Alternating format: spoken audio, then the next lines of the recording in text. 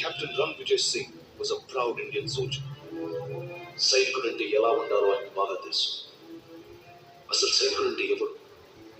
ఈ రోజు మన దేశంలో రైతులు ఏ చింత లేకుండా పంటలు పండిస్తున్నారంటే దానికి కారణం ఆ రైతుకు తెలుసు. భారతదేశ రక్షణకై సరిహద్దుల్లో మనం ఉన్నామని.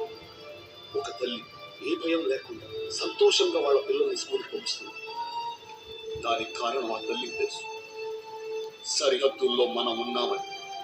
మన దేశంలో ప్రతి ఒక్కరు తన భవిష్యత్తు కోసం, పిల్లల భవిష్యత్తు కోసం ఏ చింత లేకుండా కష్టపడుతుంటాడు.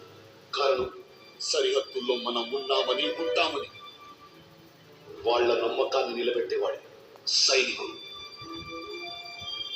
మన కెప్టెన్ ఏమనేవారో గుర్తుందిగా, దేశం కోసం ప్రాణాలు ఇచ్చి కాదు, శత్రువు ప్రాణం తీసి యుద్ధం గెలుద్దామని. శత్రువు మనం ఉంటున్నాడు. వాడి చూపు మన దేశం మీద, మన అభిమానాన్ని, నమ్మకాన్ని తొక్కి మన సీమలో అడుగు పెడదాం అనుకుంటున్నాడు. అది జరగనిస్తావా? జరగనివ్వం. వాడిని సముద్రంలోనే సమాధి చేద్దాం సార్. వాళ్ళు అడుగు పెట్టాలనుకున్న ఒక్కటి కూడా తిరగలడు సార్. ఒక్కొక్కరిని చంపి నీళ్ళలో కలిపేద్దాం సార్. మన కెప్టెన్ చావుకి ప్రతీకారం తీర్చుకున్నాకే మనం ఇంటికి వెళ్తున్నాం సార్.